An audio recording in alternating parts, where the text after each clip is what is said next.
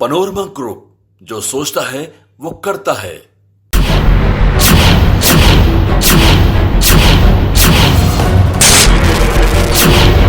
सब किताबें हैं गलत, सारे अदब झूठे हैं। सब किताबें हैं गलत, सारे अदब झूठे हैं। एक झूठे को ये लगता है कि सब झूठे हैं। नमस्कार, आप देख रहे हैं न्यूज हाट। मैं हूं चंदन झा। सिर्फ सियासत की बात, और सियासत की बात में एक्सक्लूसिव खबर, सुपर एक्सक्लूसिव खबर आज फिर। और सुपर एक्सक्लूसिव क्या है? तो सम्राट चौधरी को लेकर खबर है। सम्राट चौधरी का दिल मचल रहा है, दिल मचल रहा है। पटना के लिए दिल मचल रहा है। विधायक बनना चाहते हैं, एमएलए पटना से। और आप सभी जानते ही हैं कि विधानसभा के चुनाव होने हैं, बस कुछ ही महीनों की अब बात है। दिल मचल रहा है। चलिए, तो सम्राट चौधरी, यह भी आप सभी जानते हैं कि सम्राट चौधरी डिप्टी सीएम है। और सम्राट चौधरी के बारे में आप यह भी जानते हैं कि परबत्ता से विधायक रहे हैं, आरजेडी से 2000 में, 2010 में भी वह विधायक रहे हैं, 2020 में। अभी वर्तमान में विधायक वहां से संजीव कुमार हैं, जदयू से। यानी सम्राट चौधरी 2 बार विधायक रहे, लालू जी की पार्टी से विधायक रहे।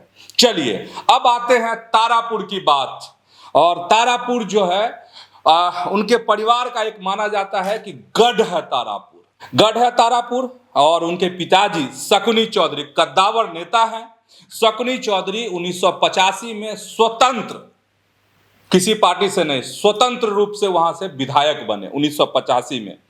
1990 में कांग्रेस से शकुनी चौधरी तारापुर से विधायक बनते हैं, जीत होती है उनकी। जबकि 1995 में समता पार्टी से और 1998 में समता पार्टी से पार्वती देवी चुनाव जीतती हैं। 2000 में शकुनी चौधरी फिर चुनाव लड़ते हैं और आरजेडी से चुनाव लड़ते हैं, जीतते हैं। 2005 में फिर शकुनी चौधरी तारापुर से चुनाव जीतते हैं आरजेडी से। तो ये है, हम आपको यह बताना चाहते हैं कि अक्सर तेजस्वी यादव जब सम्राट चौधरी पर हमला करते हैं सदन में भी, तो पूछते हैं कि यह बताइए सम्राट जी कि आप पिछला चुनाव किस पार्टी से जीते थे? तो आरजेडी से। अब आइए आगे की बात आपको बताते हैं कि सियासत कहां पर है। कार्यक्रम सियासत है ना, तो सियासत की बात बताएंगे ना। ठीक है, चुनाव है, चुनाव लड़ेंगे। लेकिन अब आपको हम 2 सीट हमने यह बताई कि पुरानी बात, मतलब परबत्ता से और तारापुर की बात बताई हमने। लेकिन सम्राट चौधरी का जो दिल मचल रहा है, पटना के लिए मचल रहा है। और पटना में आखिर फिर पूछिएगा आप कि पटना में वह क्या चाहते हैं, कहां से चुनाव लड़ना चाहते हैं, क्यों लड़ना चाहते हैं। तो पहले कहां से चुनाव लड़ना चाहते हैं वह आपको बता देते हैं। सीट है कुम्हरार की। फिर आप कहेंगे कि कैसे? तो बड़ी सेटिंग हुई है। किसमें सेटिंग हुई है? हमने आपको पिछले दिन एक खबर बताई थी कि अलग अलग सीटों के बीजेपी अपने हिसाब से 3 नाम ढूंढ रही है कि कौन उसके कद्दावर नेता हैं, कौन चुनाव लड़ सकते हैं। ठीक है, अब खबर यह है कि नाम नहीं बताएंगे, लेकिन ऑब्जर्वर बनाई गई है, एमएलसी हैं। एकाएक बिहार में बड़ा नाम होने लगा है उनका। बहुत करीबी मानी जाती है वह सम्राट चौधरी की।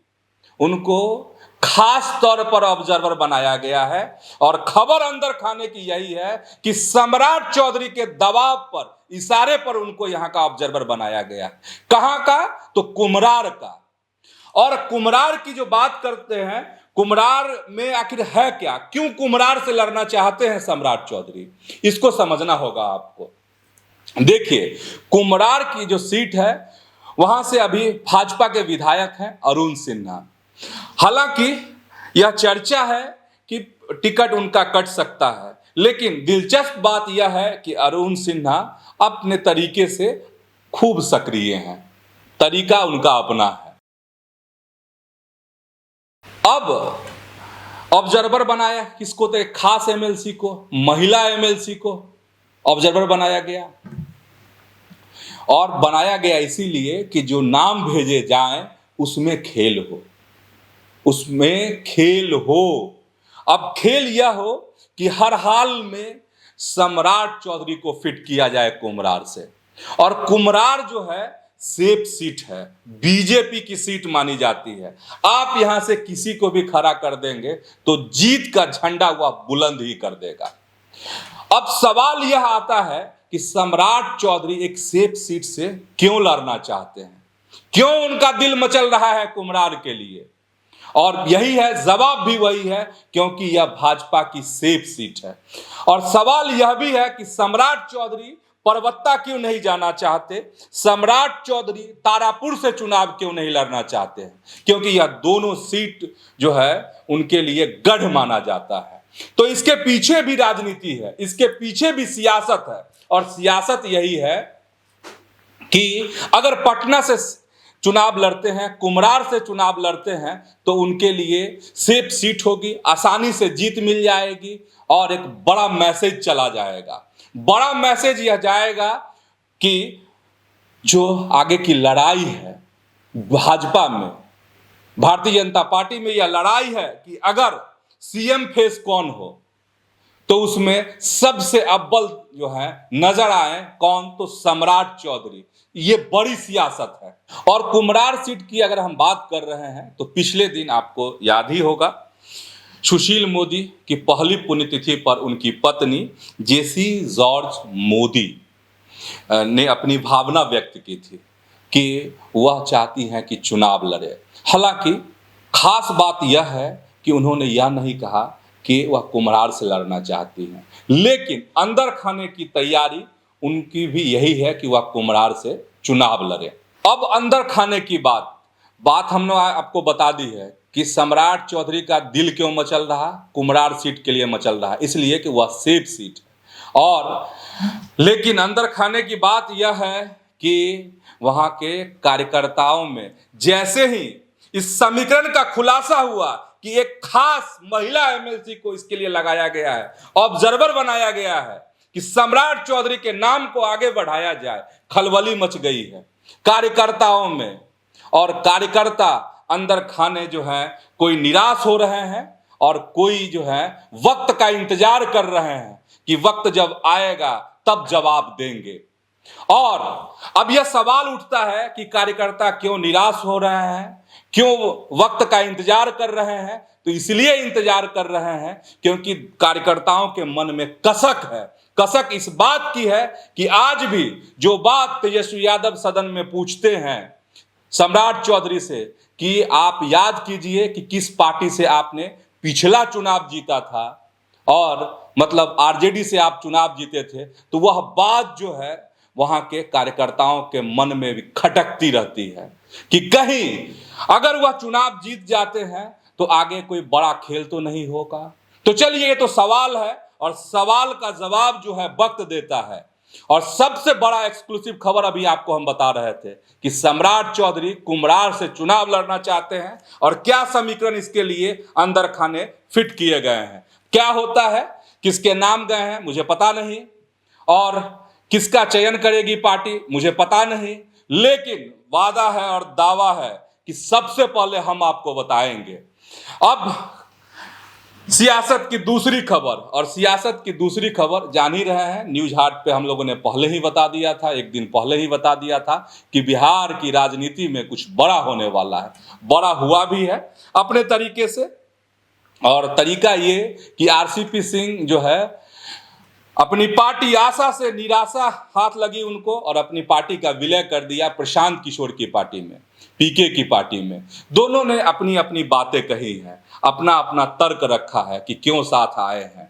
और लेकिन पुरानी बात है, पुरानी बात भी लोगों को खटक रही है, और वो तस्वीर लोगों के जहन में आ जाती है जब प्रशांत किशोर जदयू में हुआ करते थे और आरसीपी सिंह भी जदयू में हुआ करते थे, और कैसे अंदर खाने दोनों में तीरें चला करती थी। और इससे संबंधित आरसीपी सिंह जब उनका विलय हुआ प्रशांत किशोर के साथ उनकी पार्टी का, तो वीडियो है ही, अगर नहीं देखे होंगे तो जाके देख लीजिए न्यूज हाट के यूट्यूब पर भी और फेसबुक पर भी। अब एक खबर यह है, प्रशांत किशोर की खबर है, देखिए एकदम जैसे ही आरसीपी सिंह आज पार्टी में शामिल हुए तो सियासत तो वो करते ही हैं प्रशांत किशोर, और उनका तो दावा है कि हम उंगली पर सियासत को नचाते हैं। तो चले गए एकदम काफिले के साथ नीतीश कुमार के गांव कि आज घुस जाएंगे, लेकिन जब तक हम इस खबर को रिकॉर्ड कर रहे हैं, इस कार्यक्रम को रिकॉर्ड कर रहे हैं, तब तक उनको परमिशन वहां पर नहीं मिला, अनुमति नहीं मिली गांव में जाने की। और एक सवाल है मेरा अपने दर्शकों से भी, बताइए कि आप किसी के गांव में क्यों घुसेंगे जहां प्रशासन ने आपके सभा की अनुमति दी थी? आप वहां पहले क्यों नहीं गए? ये तरीका सही है क्या? क्या लालू प्रसाद, चलिए ये सवाल उठता है हमेशा कि लालू प्रसाद ने बिहार का विकास नहीं किया, लालू प्रसाद ने, बहुत सारे आरोप लगते हैं, ये किया वो किया, तो इसका क्या मतलब? आप गोपालगंज जाएंगे तो लालू प्रसाद के गांव में घुस जाएंगे, आप सब सवाल करेंगे, लोगों से मिलेंगे, उसका तरीका होता है कि आप काफिला लेकर घुसेंगे। मतलब यह है कि आप शुद्ध रूप से हंगामा खड़ा करना चाहते हैं, मतलब यह है कि शुद्ध रूप से आप जो है निगेटिव राजनीति करना चाहते हैं। और आप नीतीश कुमार के गांव जाकर क्या दिखाना चाह रहे थे प्रशांत किशोर जी? क्या दिखाना चाह रहे थे? तो यह टॉनिक आपको मिला कैसे, कहां से मिल गया? क्या आरसीपी सिंह आपकी पार्टी में शामिल हो गए इसलिए बड़ा टॉनिक आपको मिल गया है? पता नहीं कैसे मिला है, लेकिन आप जो सियासत करना चाह रहे थे वैसी सियासत अच्छी नहीं मानी जाएगी। आप माने चाहे नहीं माने, वैसे आप बात जल्दी नहीं मानते हैं, लेकिन बिहार के लोग हर चीज को देख रहे हैं, आपकी हर गतिविधि को देख रहे हैं, और जब वक्त आएगा तो इन सारी गतिविधियों का बिहार की जनता हिसाब भी करेगी और ठीक ठाक हिसाब लगाएगी। इतना आसान नहीं है नीतीश कुमार को झुका देना, या नीतीश कुमार ने जो विकास के काम किए हैं उसको तोड़ और मरोड़ देना, क्योंकि नई पीढ़ी को आप बरगला सकते हैं, झुठला सकते हैं, लेकिन जिन्होंने उस दौर को देखा है और बिहार को विकसित होते हुए विकासशील राज्य बनते हुए देखा है, उनके जहन में सारी बातें हैं। तो सिर्फ काफिला लेकर पहुंचने से राजनीति नहीं होती है, काफिला से राजनीति नहीं होगी, उसके लिए बहुत कुछ करना होगा। और प्रशांत किशोर जी, आपको बहुत कुछ करने की जरूरत है। हमने कई बार कहा था अगले अलग अलग कार्यक्रमों में कि आपकी पार्टी का कुछ नहीं होगा, और याद है ना उपचुनाव में आपकी पार्टी के क्या हाल हुए थे। इसीलिए राजनीति कीजिए, अच्छी राजनीति कीजिए, सोच समझ कर राजनीति कीजिए। बड़े योगदान है नीतीश कुमार की बिहार में, और यह भी आपको बता देते हैं कि नीतीश कुमार जैसी शख्सियत अभी बिहार की राजनीति में, पॉलिटिक्स में कोई भी चेहरा नहीं हो, चाहे कोई हो, चाहे वो बीजेपी की हो या फिर आरजेडी हो या खुद जदयू हो। और अंत में ओशो की कुछ बात सुनाना चाहते हैं, मैं पढ़ रहा था कहीं तो आपके लिए मैंने नोट किया। जानते हैं क्या? ओशो कहते हैं कि प्रतिभावान व्यक्ति चालबाज नहीं होता, जितनी प्रतिभा होगी व्यक्ति उतना साफ सुथरा होगा। प्रतिभा को चालबाजी की जरूरत नहीं होती, चालबाजी की जरूरत प्रतिभाहीन को होती है, क्योंकि वह चालबाजी से प्रतिभा की कमी पूरी करता है। प्रणाम।